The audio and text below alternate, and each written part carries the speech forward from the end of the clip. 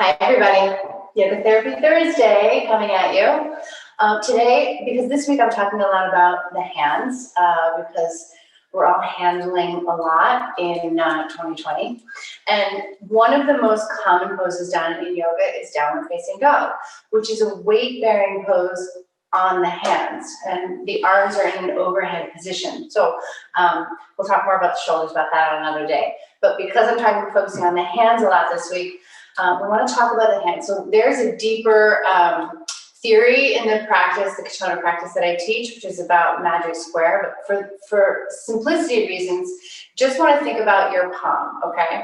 And you want to map out the palm, finding the four corners of the palm. So you've probably heard about the four corners of the feet. But the four corners of the palm is the index finger knuckle, the outer heel of the hand, the baby finger knuckle, and the root of the thumb, the mound of Venus. And from those four corners, you have the hollow, which is called the Hasta Bandha, which is a very sacred, soft spot in yoga. And it mirrors all the other hollows of the body, the groin, the back of the knee, the arch of the foot.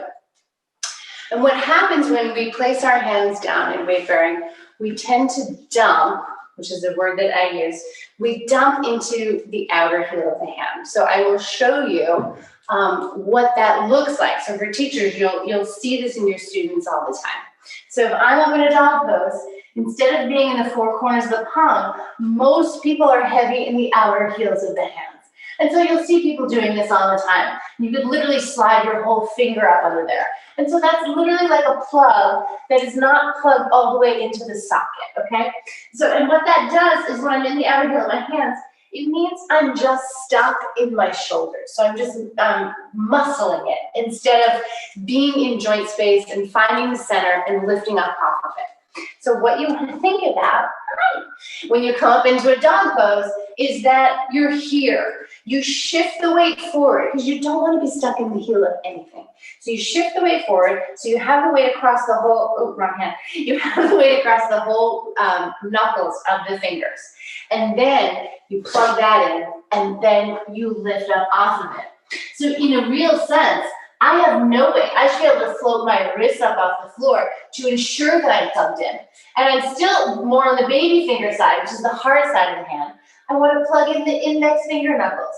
And then I want to lift up off of it. So what you feel is that the armpit is opening in two directions. I have the hollow of my hand.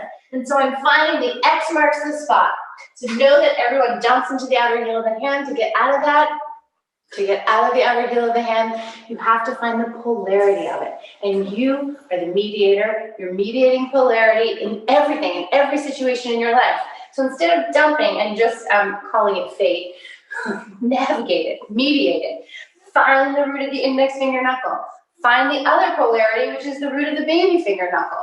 And from that, find the root of the thumb. And then lift up off of it.